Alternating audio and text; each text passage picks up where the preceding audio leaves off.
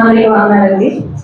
దేవుడు శిలువ మీద 7 మాటలు పలికిన మాటల్లో ఒక మాట, 5వ మాట మీతో పంచుకోవాలని ఆశపడుతున్నాను. యోహాను 19:28 వచనము.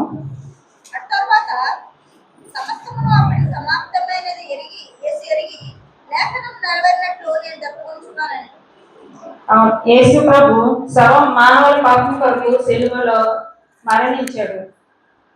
నేను తప్పికొనిచున్నాను అంటే దేవుడు ఎవరి కోసం తప్పికొనిచున్నాడంటే ఆత్మల కొరకు ఆయన తప్పికొనిచున్నాడు. ఇక్కడ యేసు ప్రభు శరీరముగా దప్పిక గురించి మాట్లాడడం లేదు, కానీ ఆత్మల కొరకు దాహం అని తెలియచేస్తున్నాడు. యేసుక్రీస్తు ఈ భూమి మీద ఆత్మల సంపాదన కొరకు వచ్చాడు.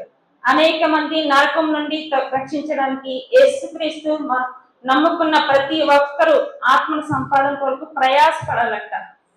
ప్రతి ఒక్క ఆత్మ కోసం ప్రయాసపడాలి.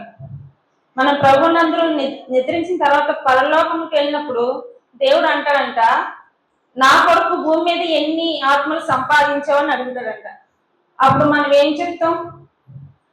ఈ భూమి మీద ఎన్ని ఆత్మలు సంపాదించావని అడుగుతాడు. అప్పుడు ఇతరుల కోసం మనం ప్రార్థించే వారు ఉండాలి. అంటే ప్రతి మానవుల కోసం, దేవా ఈ మనిషి నరకంలో పడుకోకుండా నీ పరలోక రాజ్యంలో ఉండేలాగా ఆ ఆత్మను నేను నీ దగ్గరికి చేరేవారుగా ప్రార్థించేవారుగా మనం ఉండాలి.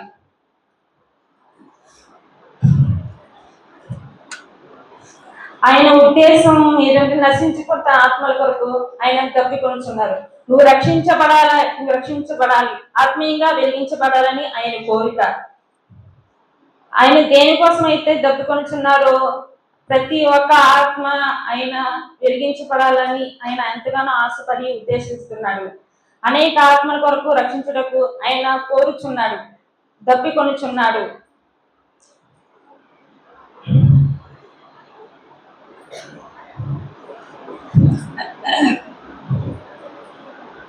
సమాప్తము ఎరిగి లేఖనము నెరవేరినట్లు నేను తప్పికొనిచున్నాను. అంటే ఆయన ఈ లోకానికి వచ్చింది, ప్రతిదీ నెరవేరింది, సమాప్తం అయిపోయిందని ఆయన చెప్పి నేను తప్పికొనిచున్నానని చెప్పిన దేవా,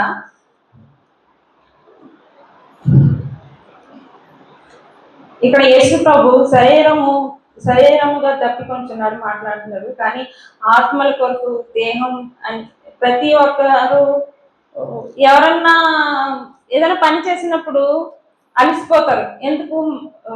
అది చేసిన పనిని బట్టి వాళ్ళు అలసిపోతారు. తర్వాత దాహం వేస్తుందని అడుగుతారు ప్రతి ఒక్కరు.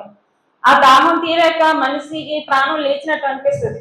దేవుడు కూడా అలాగే సిలువ మీద ఎంతగానో భారం భరించి ఆయన దాహం కోసం కాదు, దాహం అన్నది ఈ ఆత్మల కోసమే ఈయన దాహం తప్పికొనిచున్నాడు. ప్రతి ఒక్కరు తప్పికొనాలని, ప్రతి ఒక్కరు ఆత్మీయంగా నిలబడాలని చిన్న మాట నెరవేరాలని కోరుకుంటున్నాను.